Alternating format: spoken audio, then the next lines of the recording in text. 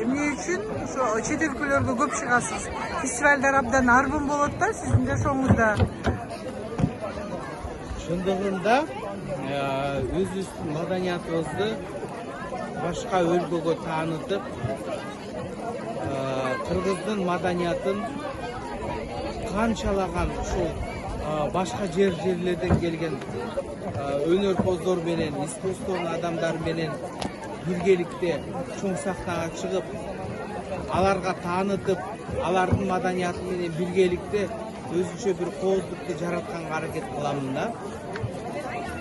Биздин маданиятыбызды көргөндө, биздин ушунчалык бир башкача бир сезим болот, күч болот дегендей. Башка элге таанытып атсаң, мисалы фестивалда бир топ мамлекет келет. Ошол бир топ мамлекеттин ичинен ошол кыргыздын маданияты жөнүндө кыргыздарды таанып, билип, көрүп билгендиги биз үчүн өтө сыймык да.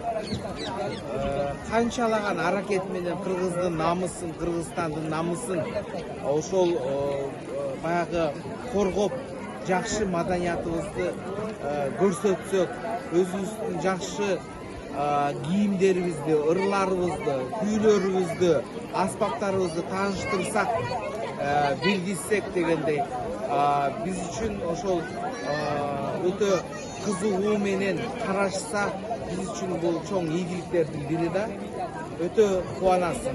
Анан ошол башка өздөрүнүн жерлерине дагы ушундай бир Кыргызстан бар экен, ушундай бир абдан жакшы маданияты бар экен деп тааныса, андан сырткары ошол жакшы бир ийгиликтер менен ошол жердин маданиятын көрүп, ошол элин көрүп, кандай жашоодо жашап аткандыгы, маданияты кандай болуп аткандыгын таанытасың, көрөсүң, билесиң дегендей.